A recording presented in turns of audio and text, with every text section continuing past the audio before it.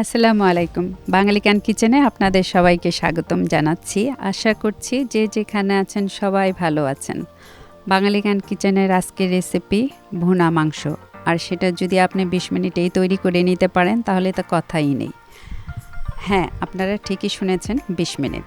আর তা যদি হয় ঘরে থাকা মশলা দিয়ে, সাধারণ মশলা, যেই মশলাগুলো আমরা প্রতিদিন ব্যবহার করি সেই মশলা দিয়েই আমি আজকে ভুনা মাংস রান্না করব। প্রেসার কুকার ব্যবহার করব। চলুন দেখে নিচ্ছি কিভাবে গরুর মাংস ভুনা তৈরি করছি। এখানে আমি 1 কেজি হাড় সহ মাংস নিয়েছি। মাংসগুলোকে আমি মিডিয়াম সাইজে কেটে নিয়েছি। একটু দেখিয়ে দিচ্ছি, এই যে দেখুন, এইরকমভাবে কেটে নিয়েছি। মাংসগুলোর মধ্যে হাড় চর্বি সবই রেখেছি। তো এখানে 1 কেজি মাংসের মধ্যে আমি এখন 1 কাপ পেঁয়াজ কুচি দিয়ে দিচ্ছি। যেহেতু ভুনা মাংস হবে, পেঁয়াজটা একটু বেশি দিলাম। সাথে দিয়ে দিচ্ছি 1.5 চা চামচ লবণ। লবণটা আপনারা আপনাদের স্বাদ অনুযায়ী দিয়ে নেবেন। আর দিচ্ছি এখানে 2 টেবিল চামচ আদা রসুনের পেস্ট।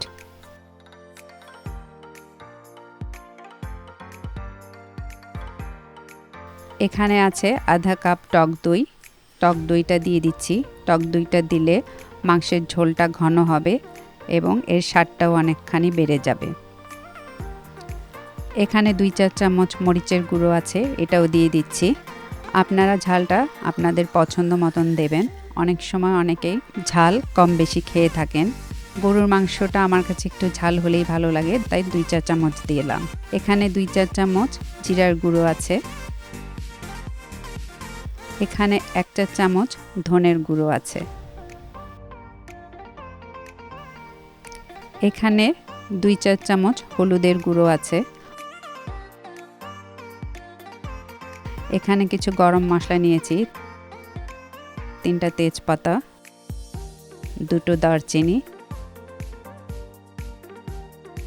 এখানে আছে 4টি এলাচ। এলাচগুলোকে আমি একটু মুখটা খুলে দিয়েছি। আর আছে 8টি লবঙ্গ আর একটি ফুলের 8 ভাগের 1 ভাগ জয়ত্রী। এখন আমি এর মধ্যে আধা কাপ তেল দিয়ে দিলাম। এখন আমি হাতের সাহায্যে মাংসটাকে খুব সুন্দর করে মাখিয়ে নেব। সবগুলো মশলা যেন মাংসের ভিতরে যায় সেটাকে খেয়াল রাখতে হবে। মাংসটাকে ম্যারিনেট করে রাখবো আধা ঘন্টার জন্য। আধা ঘন্টা পর ফিরে এলাম। দেখতেই পাচ্ছেন রংটা অনেক পরিবর্তন হয়েছে। এখন আমি এই মাংসটাকে চুলোর মধ্যে বসিয়ে দিলাম। চুলোর মধ্যে গরম ওঠা পর্যন্ত ওয়েট করছি। আমি মিডিয়াম আর হাইয়ের মাঝখানে চুলোটাকে দিয়েছি। দিয়ে মাংসটাকে আমি সুন্দর করে নেড়ে নেব। আর এই পর্যায়ে মাংসটাকে একটু নাড়বো। নাড়তে নাড়তে 7-8 মিনিট কিংবা 10 মিনিট এর মাথায় দেখবেন মাংস থেকে অনেকখানি পানি বের হয়ে আসছে।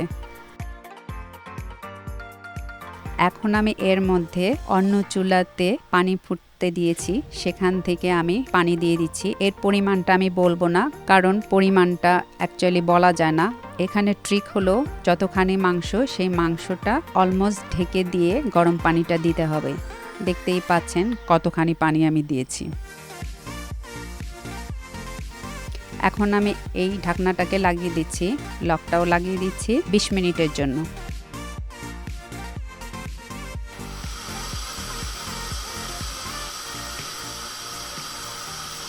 শব্দটা শুনে অবশ্যই বুঝতে পারছেন চুলার মধ্যে প্রেসার কুকারে মাংস রান্না হচ্ছে।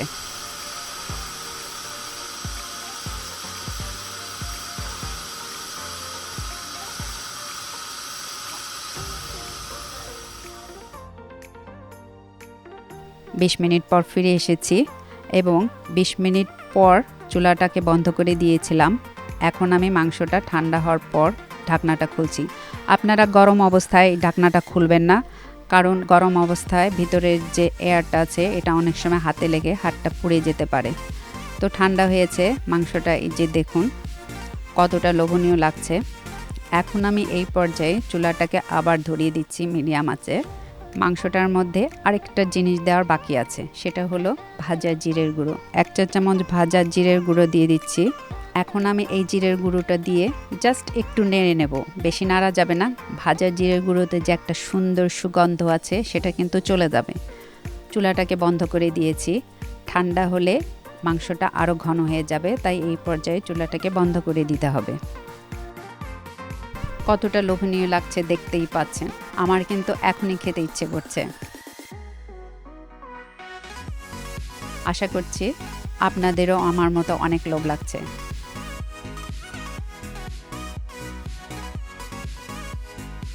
এখানে আমি ডেকোরেশনের জন্য 1/4 কাপ ভাজা পেঁয়াজের গুঁড়ো নিয়েছিলাম, সেটা এখন উপর দিয়ে ছিটিয়ে দিচ্ছি। এটা দেখার সৌন্দর্য অনেকখানি বাড়িয়ে দেবে। দেখুন, একটু কাছের থেকে দেখাচ্ছি, লোভনীয় লাগছে, খেতে কিন্তু অসম্ভব মজা।